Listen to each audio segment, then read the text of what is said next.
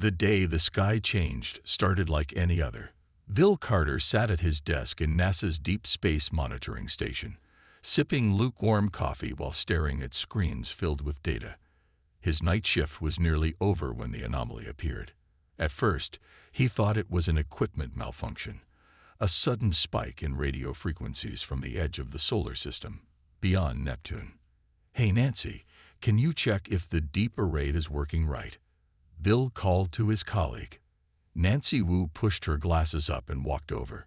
She frowned at the readings. "That's not our equipment.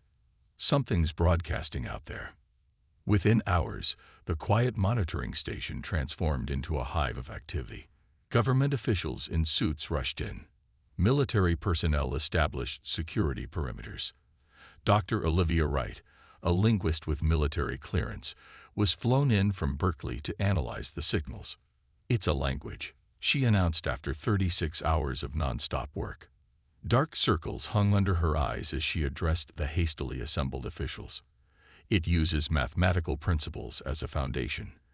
They're saying assessment complete. Decision pending." Major Frank Miller, a square-jawed man with silver temples, leaned forward. "Who's they, and what assessment?" No one had answers. 6 days later, they appeared. 7 massive ships entered the solar system, bypassing early warning systems. Their hulls gleamed like polished obsidian under the distant sun. President Allison Carter addressed the nation, urging calm while world militaries went on high alert. Ethan Murphy wasn't a military man or a government official. He was just an amateur astronomer in rural Ohio who liked looking at the stars with his backyard telescope. He was the first civilian to spot the strange lights around Mars. He posted the video online before government censors could block it. The footage showed smaller craft deploying from the larger ships, establishing positions throughout the solar system. Communication started failing the next day. First satellites, then internet connections. Cell services worked intermittently. TV broadcasts cut in and out. In her underground laboratory, Dr. Wright worked frantically to decode more signals they were now receiving. "They're cataloging us," she told Major Miller, "like specimens." Miller nodded grimly. 25 years in the Air Force had taught him to recognize the signs of an approaching storm. They're preparing for something. That something came 3 days later. The alien ships appeared in Earth's orbit without warning. Massive vessels that dwarfed anything humans had built. People around the world stepped outside to stare up at the new stars that didn't move with the sky's rotation. At precisely noon Greenwich Mean Time, every screen on Earth, phones, computers, televisions, displayed the same image. 3 alien beings seated at a curved table. The first looked like a giant insect with multiple compound eyes and clicking mandibles. The second appeared to be made of living crystal that refracted light in hypnotic patterns. The third was barely visible, a swirling mass of colored gases loosely held in humanoid form. When they spoke, their words were translated into all Earth languages simultaneously. "People of Earth, we are the Galactic Council, governing body of the civilized systems. We have completed our assessment of your species. You have been judged and found wanting." President Carter stood before a hasty assembly of the United Nations Security Council. "We must respond with one voice," she insisted. "We must show them we're reasonable, that we can be diplomatic." Her words were interrupted as the lights failed. On the moon, Lieutenant Paul Garcia watched through the reinforced windows of Lunar Base Alpha as beams of intense blue light shot from the alien ships toward Earth. "My God," he whispered, pressing his hand against the glass. The first targets were predictable: military installations, power plants, communications hubs. But the weapons were not. Rather than explosions, the structures simply stopped working. Soldiers found their guns wouldn't fire. Vehicles wouldn't start. It was as if technology itself had betrayed humanity. Within 6 hours, every major city on Earth had been effectively paralyzed without a single human casualty. The message was clear: resistance was futile.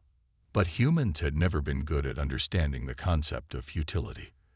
As Major Miller watched Washington, D.C. go dark from a hidden bunker, he made a promise to himself.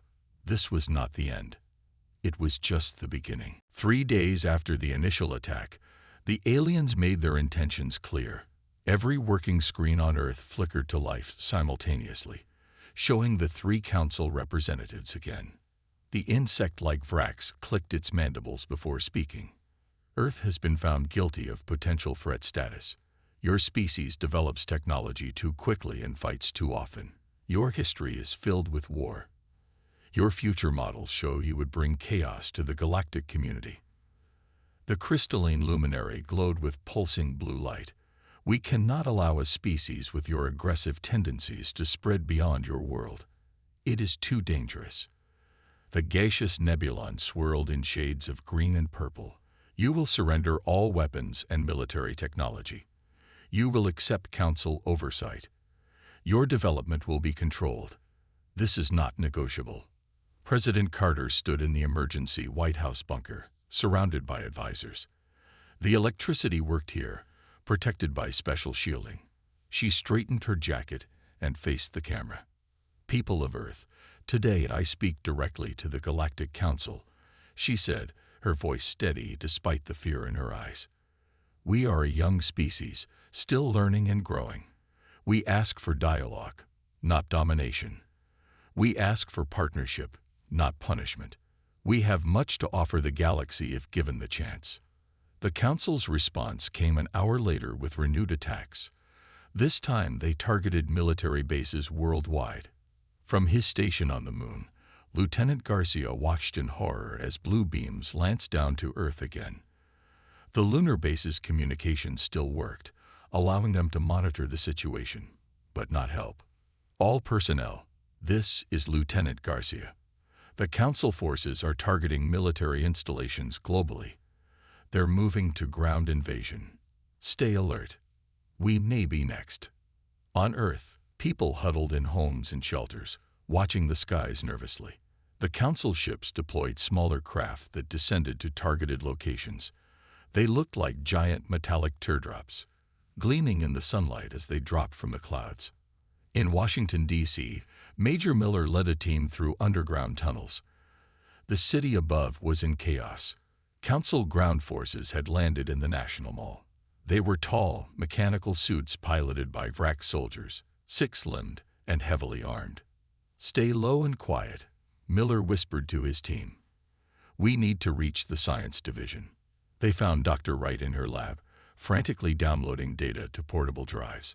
She looked up as they entered, her face pale with exhaustion. They've been watching us for decades, she said without preamble. I found patterns in their communications. They've had probes in our system since at least the 1950s. They feared us before they even met us. Miller helped her gather equipment. Can we communicate with them? Find common ground. Wright shook her head. They don't want communication. The Vrax especially think we're animals to be controlled or eliminated. But there's something odd in their transmissions. She held up a data tablet. Their ship systems use predictive algorithms for everything. Their entire strategy depends on it. But they keep reporting anomalies when dealing with human responses. What does that mean for us? Miller asked. It means we surprise them. And they don't like surprises. Across the ocean in London, Council forces established the first compliance zone. Citizens were processed, scanned, and issued identification markers. Armed guards patrolled the streets. Giant screens displayed rules and curfew times. Those who resisted disappeared. Similar zones appeared in Beijing, Moscow, Tokyo, and other major cities. The Council's message was consistent: comply or face consequences. But humans had never been good at blind compliance either. In rural areas and mountains, in deserts and forests, people began to organize. Farmers hid weapons. Engineers salvaged technology. Soldiers who escaped the initial attacks trained civilians. Commander Susan Brooks, formerly of the U.S. Army Rangers, gathered survivors in the Rocky Mountains. They used caves as shelter and old-fashioned radio equipment to communicate. They think they know us, she told her growing resistance group. They think they can predict what we'll do. Let's show them how wrong they are. As the Council tightened its grip on major population centers, small acts of resistance bloomed like wildflowers after fire. 6 months passed since the Council's first attack. Winter settled over the northern hemisphere, bringing new challenges to both sides. Commander Susan Brooks peered through binoculars from her mountain hideout. Below, a Council patrol struggled through deep snow.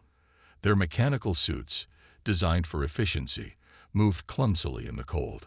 The insect-like wracks inside them hated low temperatures. "They still haven't adapted to our weather," she said to the man beside her. "Note how they stay on paths. They never take shortcuts through rough terrain." Professor Alan Watts nodded, writing in a small notebook. Before the invasion, he taught military history at West Point. Now he studied the invaders, looking for weaknesses. "They fight like they've never faced real opposition," Watts said. "They have plans, not experience. I think despite their advanced technology, they haven't fought a war in centuries." Brooks lowered her binoculars. "That gives us an advantage. Let's use it." That night, her team struck. 20 men and women with salvaged weapons and homemade explosives attacked the alien patrol. They used the darkness and falling snow as cover. The aliens had night vision but couldn't track targets in the blizzard. Within 10 minutes, the patrol was destroyed and the humans disappeared back into the mountains with captured alien weapons. Similar resistance efforts happened worldwide. In the Amazon rainforest, native guides led fighters through paths the aliens couldn't navigate. In Australian deserts, people used the harsh sun to their advantage, attacking when the wracks sought shelter from the heat. Far beneath the Pacific Ocean, Navy Captain Greg Martinez converted a nuclear submarine into a mobile command center. The U.S. Barracuda remained undetected by alien sensors, moving between hidden underwater bases. "The resistance grows stronger," Martinez told his officers as they studied maps showing Allied groups worldwide. "But we need better coordination and intelligence." That intelligence came from an unexpected source. In Antarctica, Dr. Wright and Major Miller established a research base in an abandoned scientific station. The extreme cold and electromagnetic interference from the poles helped hide them from Council detection. Wright worked day and night analyzing captured alien technology. Miller worried about her health, but couldn't deny they needed breakthroughs. "I found something important," Wright announced one evening, her eyes bright despite her exhaustion. "Their species evolved differently than humans. The Vrax, Luminary, and Nebulon all come from worlds without major predators. They never developed the fight-or-flight responses we have." Miller considered this. "So they don't understand fear like we do." "Exactly. They use logic and prediction for everything. When humans act unpredictably, especially under stress, it confuses their systems." She pointed to data screens showing brain scans. "We evolved as both predator and prey.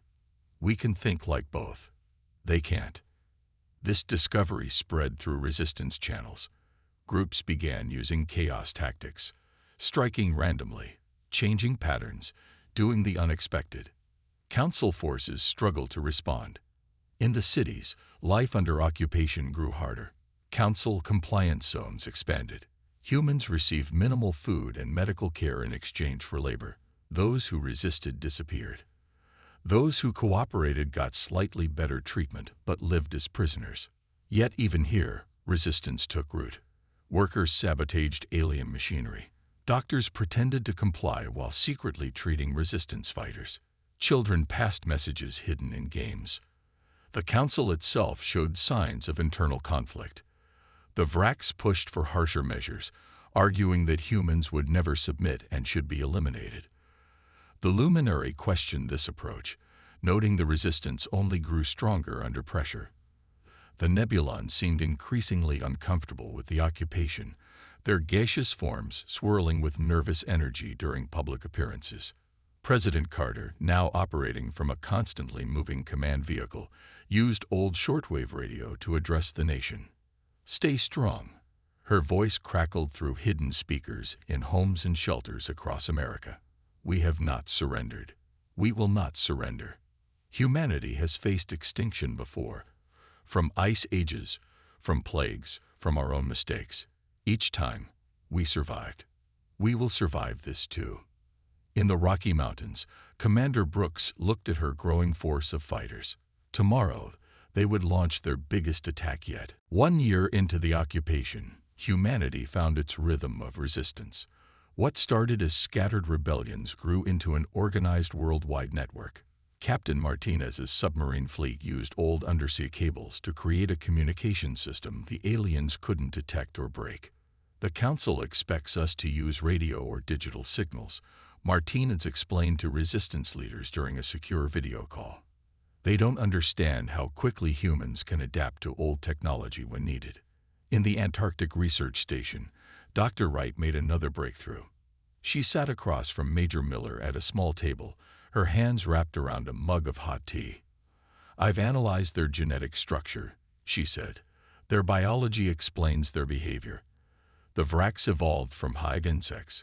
They understand strict order and can't handle chaos. The Luminary developed on a world with stable, predictable seasons and few natural disasters. And the Nebulon came from gas giant moons with consistent environments." Miller nodded slowly. "So they all expect the universe to be orderly and predictable." "Yes, humans evolved on a planet with earthquakes, volcanoes, floods, and ice ages. We're used to chaos and change. That's our advantage." This insight helped resistance groups refine their tactics. They created patterns the aliens would detect, then broke them at critical moments. The Council forces, expecting humans to follow established behaviors, repeatedly fell into traps. Commander Brooks' team captured an important target during one such operation. They attacked a Council outpost in Colorado using their usual methods. When Council reinforcements arrived following their standard response pattern, a second human team ambushed them from behind. Among the captives was a luminary diplomat named Christelos. Unlike most Council members, this one seemed willing to talk. "Your species confuses the Council," Christelos told Brooks, its crystalline body glowing softly in the dim light of the mountain hideout. "You were judged dangerous because of how quickly you advance technologically. Most species take thousands of years to develop what you achieved in centuries." "That doesn't justify invasion," Brooks replied firmly. The luminary's colors shifted to a deeper blue. The Vraks convinced the Council that humanity would eventually threaten galactic stability. They showed models of how humans might expand into space. The models predicted you would cause conflict wherever you went.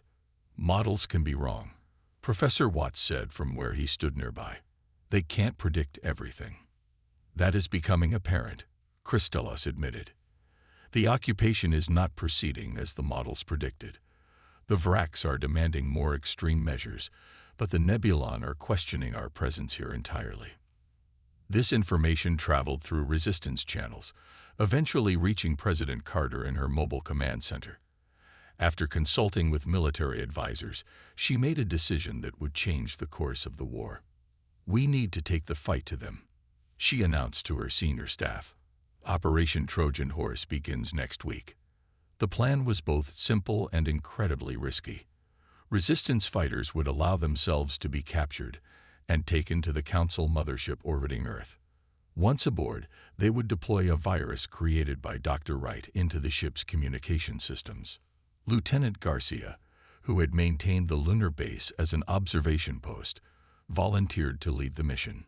He had spent months studying the Council ships through the base's telescopes. "Their shuttlecrafts follow fixed routes when transporting prisoners," he explained during the mission briefing. "We can predict exactly where they'll take us on the mothership." Across the world, humans prepared for the operation. In resistance bases, fighters trained for space combat. In hidden factories, engineers built devices designed to disrupt alien technology. In occupied cities, undercover agents planted the seeds for coordinated uprisings. The Council remained unaware of what was coming. Their predictive models showed increasing human compliance as resources grew scarce. They failed to account for humanity's greatest strength: hope in the face of overwhelming odds. As the day of Operation Trojan Horse approached, Dr. Wright made a final adjustment to her virus. She named it Chaos Protocol. When Miller asked why, she smiled grimly. Because that's what humans do best. We bring chaos to order. Operation Trojan Horse began on a cold autumn morning. 50 volunteers from resistance cells worldwide gathered in a hidden mountain base. Lieutenant Garcia stood before them, his face serious. Once we're captured, there's no turning back, he told the group. The mission depends on perfect timing. Remember your training. Each volunteer carried a small device containing Dr. Wright's virus. The devices looked like standard Council identification tags taken from captured soldiers. They would pass any basic inspection. The volunteers split into 5 teams and traveled to different locations. Each team made itself visible to Council patrols, engaging in brief combat before appearing to surrender.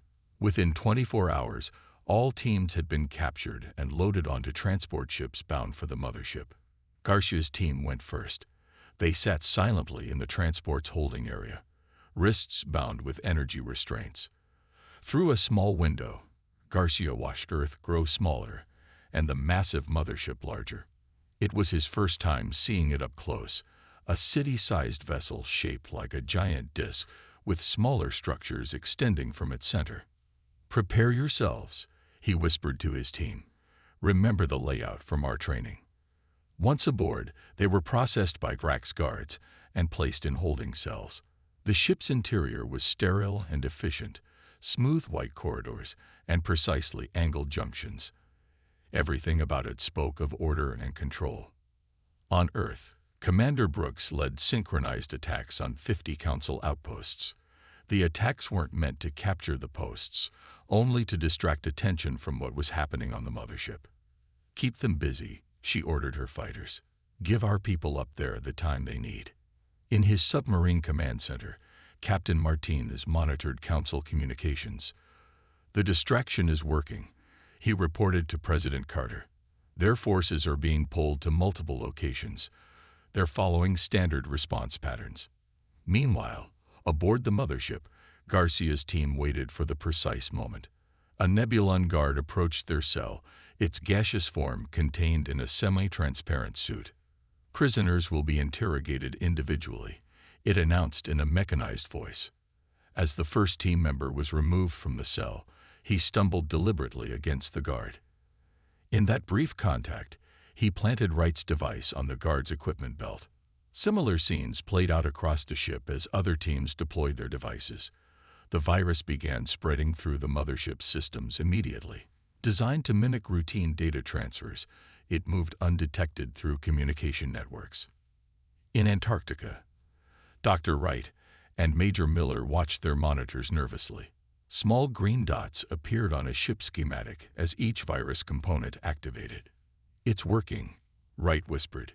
"Each device is linking with the others, creating a network." Miller nodded tensely. "Now we wait." The virus took 12 hours to fully deploy. When it activated, it didn't shut down systems or cause obvious damage. Instead, it introduced small random errors into the Council's communication and prediction systems. Order began dissolving into chaos. On the mothership, alarms suddenly blared. Garcia and his team felt their energy restraints flicker and die. It was their signal to move. "Phase 2 begins now," he told his team as they left their cell. "Head for the communication hub." Across the massive ship, other teams did the same. Council forces responded in confusion as their coordination systems failed. The Vracs especially struggled, unable to receive clear orders from their commanders. On Earth, the effects spread quickly as the virus moved through the Council's network. Outposts lost contact with each other. Patrols received contradictory orders. Defense systems activated randomly. Brooks saw the opportunity and pressed her attacks harder. "They're off balance," she told her fighters. "This is our chance." The Nebulon were the first to recognize what was happening. Their representatives sent urgent messages to their homeworld, questioning the entire Earth operation. The carefully maintained Council unity began cracking. Martinez's submarine surfaced briefly to broadcast a message from President Carter to all resistance forces. Operation Resurrection begins now. As Garcia fought his way through the mothership's corridors toward the main communication array, he glimpsed Earth through a viewport. For the first time in a year, he felt something long forgotten. He felt hope. Operation Resurrection had been planned for months. While Operation Trojan Horse created chaos in the Council's systems, humans worldwide prepared for their biggest counterattack yet. In hidden underwater facilities, engineers had been working day and night. They combined salvaged alien technology with human creativity to create something the Council never expected: Earth's first space fleet. Major Miller oversaw the final preparations at the largest facility, built inside an abandoned oil drilling platform in the Gulf of Mexico. 200 vessels waited in massive underwater hangars. They weren't as large or advanced as Council ships, but they had one major advantage: they're unpredictable. Miller explained to President Carter during her inspection. We didn't build them to Council standards. They don't follow Council logic. Their systems are hybrid, part alien, part human. The ships looked strange, sleek in some places, bulky in others. Their weapons were modified Council technology, but their control systems were designed for human pilots who thought differently than aliens. When do we launch? Carter asked, watching workers make final adjustments to the nearest vessel. As soon as we get confirmation from Lieutenant Garcia, Miller replied. Once he secures the mothership's navigation data, we'll know exactly where to hit them. Aboard the Council mothership, Garcia and his team fought their way through increasingly disorganized resistance. The virus had done its work well. Vrak's soldiers received conflicting orders. Security doors opened and closed randomly. Communication systems cut in and out. The main array is just ahead, Garcia told his team as they moved down a wide corridor. Once we reach it, we can download their complete navigational database. On the bridge of the mothership, the Council representatives argued bitterly. The Vrak's commander wanted to deploy planet-killer weapons against Earth. The luminary representative objected strongly. Our mission was containment, not extermination, the crystalline being said, its body flashing with angry red pulses. The models were wrong about these humans. We should reassess. The Nebulon representative swirled in agitated patterns. I am withdrawing Nebulon support for this operation. We were missiled about the threat level.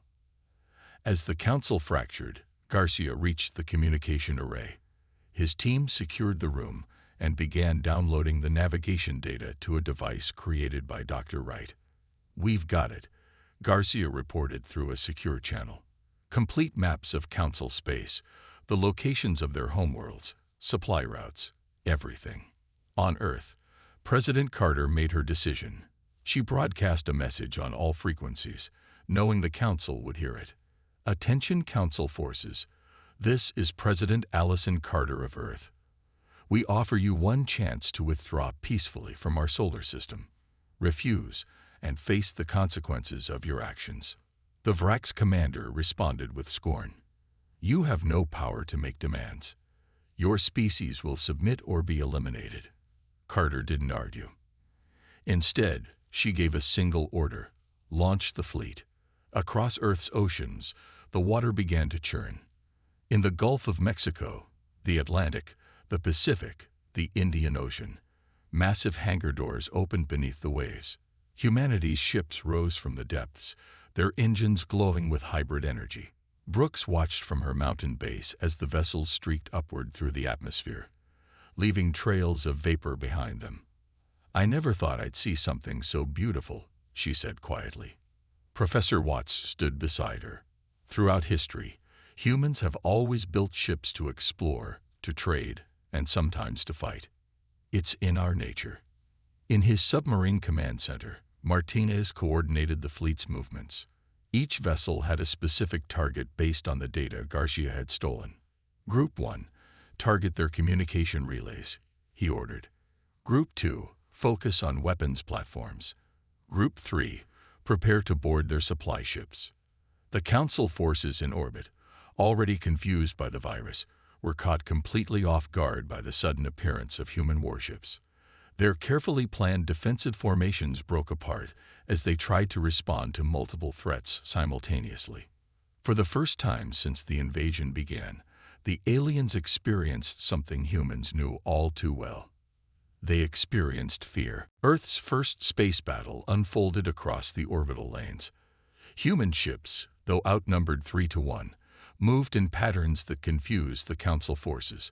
Where alien vessels maintained strict formations, human pilots flew unpredictably, changing direction without warning and taking risks no Council commander would approve.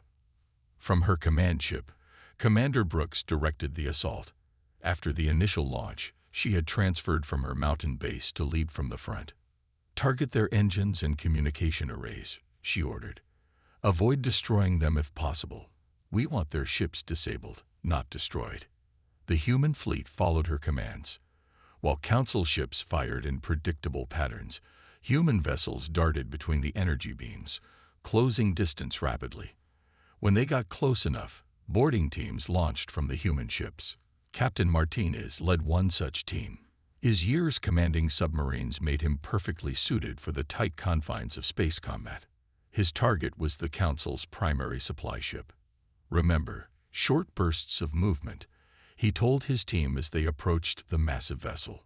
"They track continuous motion better than quick, unpredictable moves."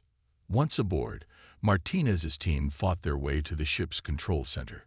Council soldiers, mostly Vraks, struggled to adapt to the humans' guerrilla tactics. They were trained for organized warfare with clear rules and formations. They couldn't handle enemies who didn't follow any recognizable pattern.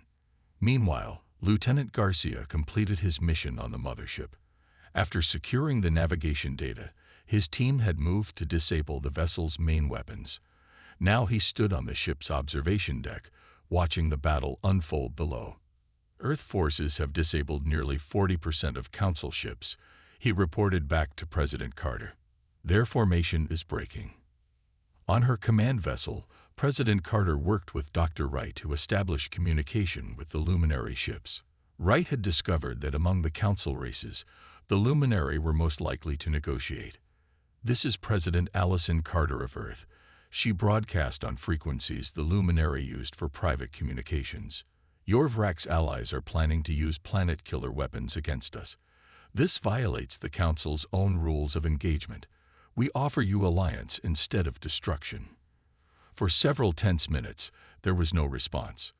Then a Luminary ship broke formation, moving away from the Council fleet. Others followed. The Nebulon ships had already withdrawn to the edge of the battle. The Vrax commander, seeing his allies desert, made a desperate decision. His flagship turned toward Earth, powering up its main weapon. "All vessels converge on the Vrax flagship," Brooks ordered immediately. "Do not let it fire on Earth." Human ships raced to intercept, but they wouldn't reach it in time. The weapon began to glow with deadly energy. At that moment, a Luminary cruiser moved into position, placing itself between the Vrax flagship and Earth. The Vrax commander hesitated just long enough for human vessels to arrive. They surrounded the flagship, targeting its weapon systems with concentrated fire. The Vrax weapon overloaded and exploded, crippling the flagship but leaving it mostly intact. Council resistance crumbled quickly after that. Without unified leadership, their rigid command structure fell apart. President Carter addressed the remaining Council forces. "Your invasion has failed. Your coalition is broken. We offer these terms. Withdraw all forces beyond Neptune's orbit immediately. Return our captured citizens. Acknowledge Earth's independence and sovereignty." The Luminary accepted the terms first, followed by the Nebulon. The Vrax, with most of their fleet disabled, had no choice but to comply. As Council ships began retreating, Major Miller joined President Carter on her command vessel's bridge. "They're pulling back to Saturn's rings," he reported. "Our long-range sensors show they're establishing a temporary base there while they repair their ships." "Can they threaten us again?" Carter asked. Miller shook his head. "Not soon, but eventually, yes, which is why our next step is crucial." "What next step?" Miller smiled grimly. We take the fight to them. We've studied their navigation data. We know where their homeworlds are now. It's time humanity introduced itself to the galaxy, on our terms. Across Earth, people emerged from hiding places to watch the Council ships retreat. For the first time in over a year, the skies belonged to humanity again. 3 years passed since humanity drove the Council forces from Earth. Those years brought rapid changes as humans rebuilt their world while preparing for their next step into the galaxy. In what was once Washington, D.C., now largely rebuilt, Major Miller stood beside President Carter as they watched a new ship take shape in the massive construction yard. Unlike the hastily converted vessels of their first fleet, this ship was designed from the ground up by human engineers with full understanding of alien technology. The Explorer is almost ready, Miller said, his face showing pride. He had been promoted to general after the war, but preferred his old rank. Our first true deep space vessel. And its mission? Carter asked, though she already knew the answer. To deliver our terms to the former Council worlds, Miller replied. Commander Brooks will lead the expedition. Brooks had become a symbol of human resistance. Now she would become humanity's first ambassador to the stars. Her mission was both diplomatic and military, to establish peace, while making it clear that Earth would defend itself if threatened again. In her laboratory at the new Global Space Academy, Dr. Wright prepared for her role in the mission. She had spent years studying Council languages and cultures, becoming the foremost expert on alien communication. The luminary will be receptive to dialogue, she explained to her students, many of whom would join the expedition. They value knowledge and have expressed regret about their role in the invasion. The Nebulon are naturally cautious but respect strength. The Vrax will be the challenge. They understand only dominance and submission. Captain Martinez, now Admiral Martinez, oversaw the training of the Explorer's crew. His experience during the space battles had proven invaluable in developing new tactics and procedures. Space combat isn't like anything on Earth, he told the pilots under his command. There's no up or down. There's no friction. Every move continues until something stops it.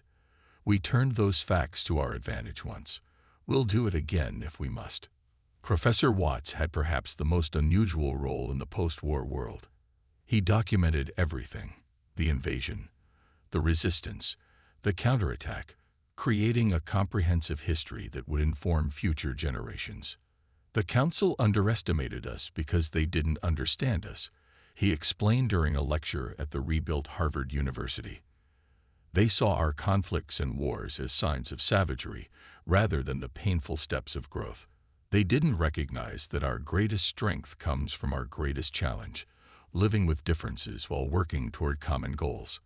On the day of the Explorer's launch, people gathered worldwide to watch. The ship rose majestically from its construction yard, its hull gleaming in the sunlight.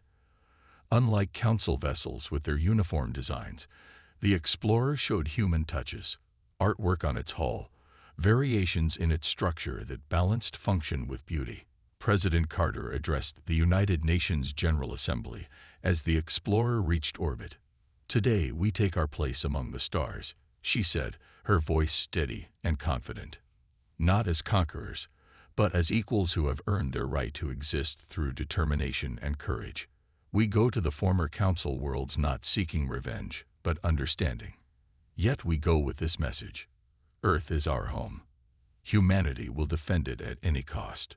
The Explorer's journey would take 6 months to reach the nearest former Council world, the luminary homeworld with its crystal cities and mathematically perfect landscapes. From there, the expedition would continue to the gas giants where the Nebulon evolved, and finally to the hive worlds of the Vrax. Aboard the ship, Commander Brooks stood on the bridge, watching Earth grow smaller in the view screen. Set course for the luminary system, she ordered. Standard speed. As the Explorer accelerated toward the stars, General Miller stood in his office at Earth Defense Headquarters. He unfolded a star chart showing galaxies beyond their own, places humanity might one day reach. The invasion had nearly destroyed humanity, But in facing that challenge, humans had become stronger than before. They had united, adapted, and overcome. They had proven that determination could defeat even the most advanced technology. The galaxy would never be the same, and neither would humanity.